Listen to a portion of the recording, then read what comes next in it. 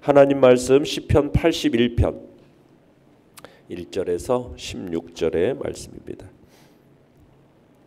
시편 81편 1절에서 16절의 말씀 우리 한 목소리로 같이 읽겠습니다. 시편 81편 1절에서 16절입니다. 시작. 우리의 능력이 되시는 하나님을 향하여 기쁘게 노래하며 야곱의 하나님을 향하여 즐거이 소리칠지어다. 시를 읊으며 소고를 치고 아름다운 수금에 비파를 아우를지어다. 초하루와 보름과 우리의 명절의 나팔을 불지어다. 이는 이스라엘의 율례요 야곱의 하나님의 규례로다. 하나님이 애굽 땅을 치러 나가시던 때에 요셉의 족속 중에 이를 증거로 세우셨도다. 거기서 내가 알지 못하던 말씀을 들었나니 이르시되 내가 그의 어깨에서 짐을 벗기고 그의 손에서 광주리를 놓게 하였도다. 내가 고난 중에 부르짖음에 내가 너를 건졌고 우레소리의 은밀한 곳에서 내게 응답하며 무리바 물가에서 너를 시험하였도다. 셀라. 내 백성이여 들으라. 내가 내게 증언하리라. 이스라엘이여 내게 듣기를 원하노라. 너희 중에 다른 신을 두지 말며 이방 신에게 절하지 말지어다. 나는 너를 애굽 땅에서 인도하여 낸 여호와 내 하나님이니 내 입을 크게 열라. 내가 채우리라 하였으나 내 백성이 내 소리를 듣지 아니하며 이스라엘이 나를 원하지 아니하였도다. 그러므로 내가 그의 마음을 완악한 대로 버려두어 그의 임의대로 행하게 하였도다. 내 백성아 내 말을 들으라. 이스라엘아 내 도를 따르라. 그리하면 내가 속히 그들의 원수를 누르고 내 손을 들려 그들의 대적들을 치리니 여호와를 미워하는 자는 그에게 복종하는 채 할지라도 그들의 시대는 영원히 계속되리라. 또 내가 기름진 밀을 그들에게 먹이며 반석에서 나오는 꿀로 너를 만족하게 하리라 하셨도다. 아멘. 오늘 말씀의 제목은 무엇을 선택할 것인가 라는 제목으로 말씀을 나눕니다. 오늘 시는 다윗 시대의 3대 악사 중 하나였던 아삽의 시입니다. 이스라엘 민족의 절기에 낭송되던 감사 예배 시인데요. 그런데 하나님에 대한 찬양의 촉구와 더불어서 과거 하나님에 대한 이스라엘의 불순종의 역사를 회고하면서 하나님의 말씀에 청종하기를 촉구하고 있는 시입니다. 그래서 내용적으로는 지혜적인 성격이 강한 시가 바로 오늘 본문의 81편입니다. 1절을 다시 한번 읽어보겠습니다. 시작. 우리의 능력이 되시는 하나님을 향하여 기쁘게 노래하며 야곱의 하나님을 향하여 즐거이 소리칠지어다. 여기서 하나님을 향하여 기쁘게 노래하라. 하나님의 사랑과 하나님의 은혜에 대한 벅찬 감격으로 노래하라는 의미입니다. 그러니까 형식적인 마음에 아닌 진심으로 노래하라는 이야기입니다. 즐거이 소리칠지어다 라는 말도 같은 의미의 말입니다. 2절을 읽어보겠습니다. 시작. 시를 읊으며 소고를 치고 아름다운 수금에 비파를 아우를지어다. 여기 이제 하나님을 찬양하는 방법에 대해서 말하고 있죠. 노래, 춤, 각종 악기를 동원해서 하나님을 찬양할 것을 요구하고 있습니다. 자, 3절 4절 읽어보겠습니다. 시작. 초하루와 보름과 우리의 명절에 나팔을 불지어다. 이는 이스라엘의 율례요 야곱의 하나님의 규례로다. 초하루, 보름, 또 명절, 명절이라고 하면은 절기를 얘기합니다. 그런 절기를 지키는 것이 뭐라고 얘기하고 있습니까? 하나님이 이스라엘의 율례로 정하신 의무사항이라는 거죠. 그러니까 이스라엘 백성들에게 있어서 절일을 지킨다는 것은 하나님께서 정하신 이 절일에 하나님의 예배를 드린다는 것은 선택사항이 아니라는 거예요. 의무사항이라는 거죠. 우리가 안식일도 그렇고 또 각종 절기를 꼭 지켜야 된다는 것, 그건 반드시 지켜야만 할 의무사항으로서 우리에게 말씀하고 있는 겁니다. 자, 5절 6절 읽어보겠습니다. 시작. 하나님이 애굽 땅을 치러 나가시던 때에 요셉의 족속 중에 이를 증거로 세우셨도다. 거기서 내가 알지 못하던 말씀을 들었나니 이르시되 내가 그의 어깨에서 짐을 벗기고 그의 손에서 광주리를 놓게 하였도다. 자, 6절에 보시면 하나님께서 이스라엘 자손들의 어깨에서 짐을 벗기고 그 손에서 광주리를 놓게 하였다. 이 짐과 광주리는 뭐냐면 이스라엘 자손들이 애굽에서 노예 생활을 감당했던 그 노역을 상징하는 말입니다. 그러니까 이스라엘 자손은 노예의 신분으로 날마다 고통과 신음 속에서 살면서 살고 있었어요. 그러다가 하나님께 부르짖죠. 그러니까 하나님께서 이스라엘 자손들의 신음 소리를 들으시고 그리고 이스라엘을 위하여 구원자를 모세로 세우셔서 이스라엘을 구원하셨어요. 그 구원하기 위해서 이제 5절에 보시면은 하나님이 애굽 땅을 치러 나가신 것으로 이렇게 묘사하고 있지 않습니까? 그러니까 하나님께서 모세를 통해서 10가지 재앙을 내리셨고 애굽을 치셔서 이제 어떻게 보면 스스로 전혀 구원의 소망이 없는 그런 이스라엘을 애굽의 노예 생활에서 해방시켜 주시고 자유를 주셨음을 지금 얘기하고 있는 겁니다. 7절을 읽어보겠습니다. 7절 시작. 내가 고난 중에 부르짖음에 내가 너를 건졌고 우레소리의 은밀한 곳에서 내게 응답하며 무리바 물가에서 너를 시험하였도다. 그러니까 하나님께서 이스라엘이 고난 중에 부르짖으니까 우레소리의 그 은밀한 곳에서 그에게 응답하셨다. 그리고 무리바 물가에서 그를 시험하셨다. 이렇게 얘기하고 있지 않습니까? 여기서 애굽에 압제당하던 이스라엘 백성들, 신음하는 이스라엘 백성들의 그 부르짖음을 들으시고 하나님이 이적을 행하셔서 그들을 건져주셨습니다. 그리고 그들을 어디로 인도하셨죠? 시내산, 그죠? 시내산으로 그들을 인도하셨어요. 그 속에서 우레소리의 그 은밀한 곳에서 뭐예요? 하나님과 언약을 맺었죠. 하나님과 언약을 맺고 그들에게 율법을 주어서 하나님의 백성을 삶으로써 그 율법을 따라 살도록 그렇게 하셨어요. 자, 그런데 그것으로 모든 것이 끝나지 않고 하나님께서는 어떻게 하셨다고 얘기하고 있습니까? 무리바 물가에서 시험하셨다 이렇게 얘기하고 있어요. 그러니까 하나님께서 이스라엘 백성들을 인도하실 때 얼마든지 쉽고 편안한 길로 가나안 땅을 갈 수 있는 길이 있었어요. 그런데 그 길로 인도하지 않으셨어요. 광야길로 인도하셨어요. 왜 그랬을까요? 여기서 무리바 물가에서 너를 시험하였다. 뭘 시험했다는 겁니까? 믿음을 시험하였다는 겁니다. 그러니까 하나님께서는 왜 어렵고 힘든 고난의 길로 그들을 이끄셨느냐? 광야길로 인도하신 것은 믿음을 시험하기 위해서 그들을 그렇게 인도하신 겁니다. 자, 내용관찰 문제 1번을 보시면 하나님 앞에서 이스라엘이 해야 할 일은 무엇입니까? 자, 8절을 읽어보겠습니다. 시작. 내 백성이여 들으라. 내가 내게 증언하리라. 이스라엘이여 내게 듣기를 원하노라. 자, 하나님께서는 무엇을 이스라엘 백성들에게 요구하고 계십니까? 백성들이 해야 할 일이 뭡니까? 하나님의 말씀을 듣는 겁니다. 하나님의 말씀에 대해서 주의를 촉구하면서 말씀하는 거죠. 내게 듣기를 원한다. 그러니까 하나님께서 주신 율법, 시내산에서 그들에게 주신 율법을 순종하는 거죠. 믿음의 시험이 있는데 그 시험에 있어서 선택을 해야 되는데 무슨 선택을 하기를 원하시는 겁니까? 하나님의 말씀에 순종하는 선택을 원하시는 거예요. 그래서 백성들 향해서 똑같은 말을 반복해서 강조하고 있는 겁니다. 그죠? 들으라. 내게 듣기를 원한다. 그러면서 정말 하나님이 그들을 향해서 가지고 계신 그 소망이 뭐예요? 불순종하는 이 백성들을 향해서 정말 내 말을 좀 들어달라. 좀 나한테 좀 들어라. 지금 그 얘기를 하고 있는 겁니다. 자, 그런데 9절을 읽어보겠습니다. 9절을 시작. 너희 중에 다른 신을 두지 말며 이방 신에게 절하지 말지어다. 이 말씀이 어디에 나오는 말씀입니까? 10계명에 나오죠. 10계명의 제1, 2계명이지 해당하는 말씀 아닙니까? 그러니까 다른 신, 이방 신, 이방 족속들이 숭배하는 우상 이것들을 일컫는 말이에요. 그걸 두지 말라, 절하지 말라, 그걸 경배하지 말라. 이스라엘 백성들의 유일한 섬김의 대상은 누구라는 겁니까? 하나님이라는 것. 하나님이 되기를 원하셨다라는 겁니다. 10절을 읽어보겠습니다. 10절 시작. 나는 너를 애굽 땅에서 인도하여 낸 여호와 내 하나님이니 내 입을 크게 열라 내가 채우리라 하였으나. 자, 하나님께서는 이스라엘 백성들의 모든 필요를 입에 채울 음식에 비유하면서 말씀하고 있어요. 마치 새들이 어미의 새가 날라주다 주는 이 먹이를 받아 먹는 그런 것을 비유하면서 말씀하고 있죠. 그러면서 입을 좀 쫙쫙 크게 벌리라는 거예요. 그렇게 크게 벌리듯이 부르짖으라는 거예요. 그러면 하나님께서 그의 백성들의 필요를 어떻게 하시겠다는 겁니까? 채워주시겠다는 거예요. 간절히 구하면 채워주시겠다는 거예요. 크게 네 입을 좀 열어라는 거예요. 분명히 그렇게 약속하고 계시는 거죠.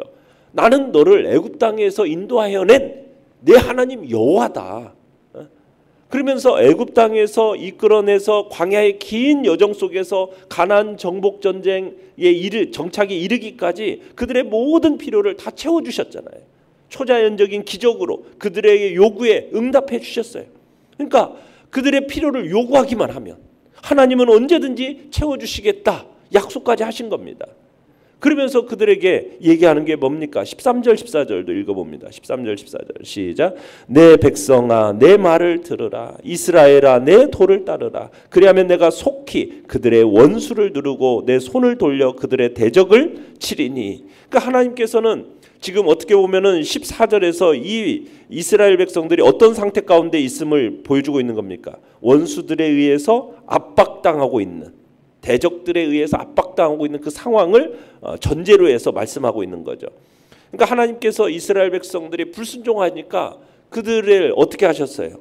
죄악이 극에 달하니까는 이방 족속들에게 심판, 이방 족속들 등에서 심판하신 거 아닙니까? 그들을 이방 나라가 침공하게 함으로써 그런 상황 속에서 내 백성아 좀 내 말을 들어라. 이스라엘아 좀 내 도를 좀 따르라.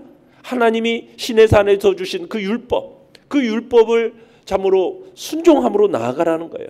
그렇게 하면은 너 지금 원수들에 의해서 압제당하는 상황 속에 있는데 그걸 어떻게 하시겠다? 내가 너를 구원해내겠다. 이방 나라를 통해서 심판하심을 지금 극도로의 어떻게 하면은 고통을 당한 이유가 결국에는 뭐란 얘기입니까? 불순종의 길을 걷고 있기 때문에 좀 거기서 돌이켜서 순종함으로 나아가기를 간절히 바라고 계시는 주님의 마음이 있는 거죠. 그러니까는 하나님 앞에서 이스라엘 백성들이 해야 할 일은 다른 게 아니에요. 하나님께서 말씀하여 주신 율법, 우리에게 주시는 그 말씀을 들으라는 거죠. 순종하라는 거죠. 자, 내용 관찰 문제 2번입니다. 이스라엘이 하나님의 말씀에 불순종하는 이유는 무엇입니까? 우리 11절 12절을 한번 읽어보겠습니다. 11절 12절 시작. 내 백성이 내 소리를 듣지 아니하며 이스라엘이 나를 원하지 아니하였도다. 그러므로 내가 그의 마음을 완악한 대로 버려두어 그의 임의대로 행하게 하였도다. 지금 이스라엘의 불순종을 하나님은 뭐라고 평가하고 계시냐면 이스라엘이 나를 뭐하지 않았다? 원하지 않았다. 이렇게 평가하고 있어요. 이스라엘이 나를 원하지 않았기 때문에 불순종의 이유가 하나님을 원하지 않은 거예요. 하나님께서는 이스라엘 백성들에게 당신의 말씀에 대한 같은 적극적인 동의 그걸 원하셨지만 그 동의를 이스라엘 백성들이 원하지 않은 거예요. 당신의 그 놀라운 권능을 보고 당신의 분명한 그 약속을 듣고도 이스라엘 백성들이 당신의 말씀에 순종하지 않고 당신을 섬기지 않고 하나님을 원하지 않으니까 하나님이 어떻게 하셨어요? 완악한 대로 내가 내어 버려뒀다. 그래서 그들 임의대로 행하게 하였다. 이렇게 얘기하고 있어요. 그러니까 하나님은 당신을 믿지 못하고 불순종하고 악을 행하고 그런 이스라엘 백성들을 하나님은 어떻게 하신다고요? 그냥 방치해 버리신다. 한마디로만 이게 육입니다. 육이라는 표현을 해서 육이. 어떻게 보면 육이라는 것은 하나님의 그들을 향한 가장 큰 저주죠. 할 대로 해봐. 네 갈 대로 가봐. 하고 싶은 대로 다 해. 여러분 이것은 어떻게 보면 가장 큰 저주지 않습니까? 네 마음대로 살아. 이게 가장 큰 저주인 거예요. 돌이킬 수 없는 심판에 이르게 하는 이게 무서운 게 육이거든요. 그러니까 하나님이 하도 그냥 불순종하고 원하니까 그럼 네 마음대로 해봐라. 네가 하고 싶은 대로 다 해봐. 자, 연구와 묵상 문제 3번입니다. 하나님께서는 왜 이스라엘의 불순종을 나를 원하지 않았다라고 표현하십니까? 원하지 않았다라는 표현은 선택의 문제라는 거예요. 선택의 문제. 그러니까 편안한 삶을 살고 또 위기에 처했을 때는 하나님을 최우선적으로 선택해야 되는데 선택하지 않았다는 거예요. 그러니까 하나님의 능력, 그분의 권능이 있는 하나님이시지 않습니까?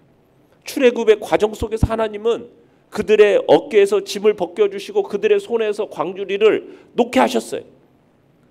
고난 중에 부르짖을 때 하나님은 그 이적, 초자연적인 이적으로 그들을 구원해내셨어요. 그리고 그들이 필요하다라고 하면은 입을 크게 열 때마다 채워주시겠다고 약속까지 하셨어요. 정말 하나님은 순종하는 자들을 위해서 대적을 치시고 기름진 밀, 또 반성에 나서는 꿀, 자신의 백성들을 만족하게 하시는 분이에요. 그런데 정작 이스라엘은 하나님을 선택하지 않은 거예요. 다른 신을 섬긴 거예요. 풍요로울 때는 하나님을 잊어버리고 위기의 상황 속에서는 우상을 찾아버리는 그런 불순종의 모습이 나타나고 있는.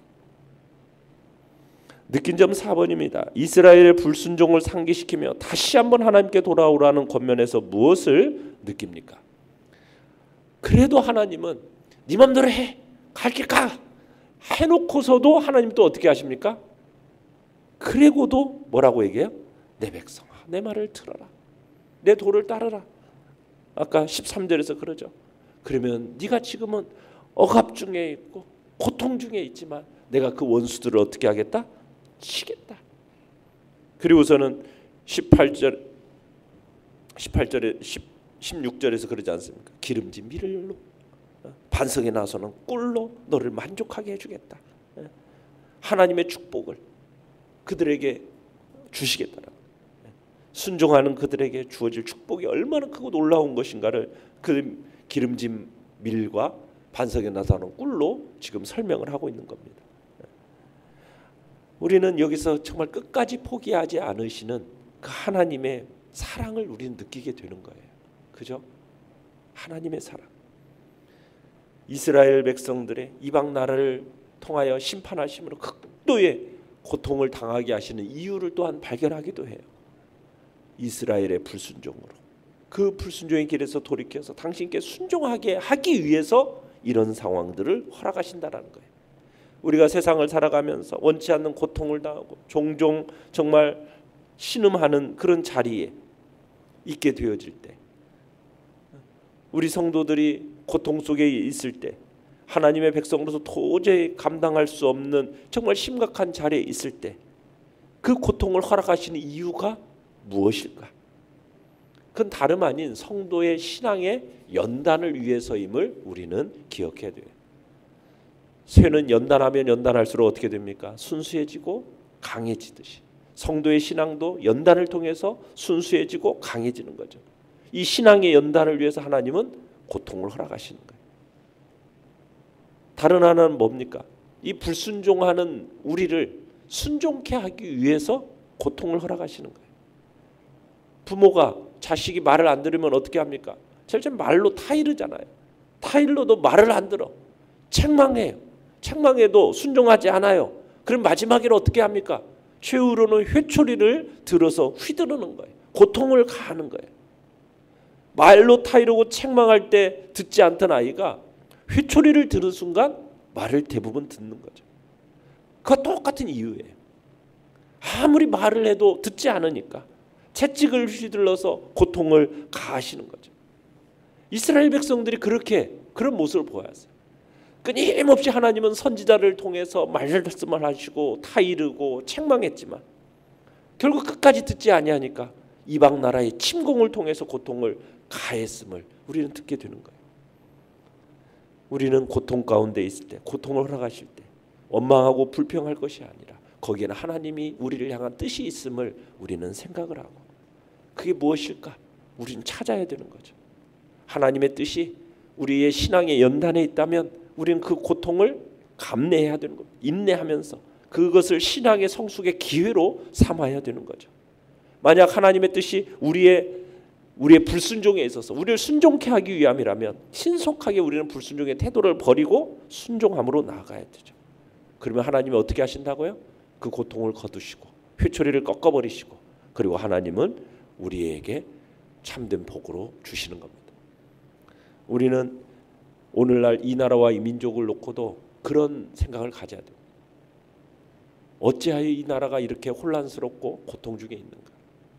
하나님의 우리를 향한, 이 민족을 향한 하나님의 뜻이 있음을 우리는 믿고 정말 이 민족이 하나님 앞에 순종하는 민족으로 세움받게 해달라고. 특별히 한국교회가 정말 풍요로울 때 그 풍요로움을 제대로 활용하지 못하고 부르짖어야 때 부르짖지 않고 나아가는 그 어리석음이 오늘날 우리의 이 시대를 만들었음을 우리는 회개하면서 정말 이 나라와 이 민족이 하나님 긍휼히 여겨달라고, 우리가 이 한국교회가 다시 한번 회복의 은혜로 덧입혀달라고 하나님의 은혜를 구해야 할 때임을 우리는 기억해야 하겠습니다. 결단과 적용 5번입니다. 선택의 상황에 놓일 때 나는 무엇을 기준으로 삼습니까? 오늘도 하나님께 우선순위를 두기 위해 내가 실천해야 할 일은 무엇입니까? 우리가 선택의 상황 속에서 다른 것이 우리의 우선의 기준이 아니라 하나님의 말씀, 그분이 우리에게 요구하시는 주의 뜻, 그것을 기준으로 삼고 살아가서 하나님의 뜻 가운데 나아가시기를 간절히 바랍니다.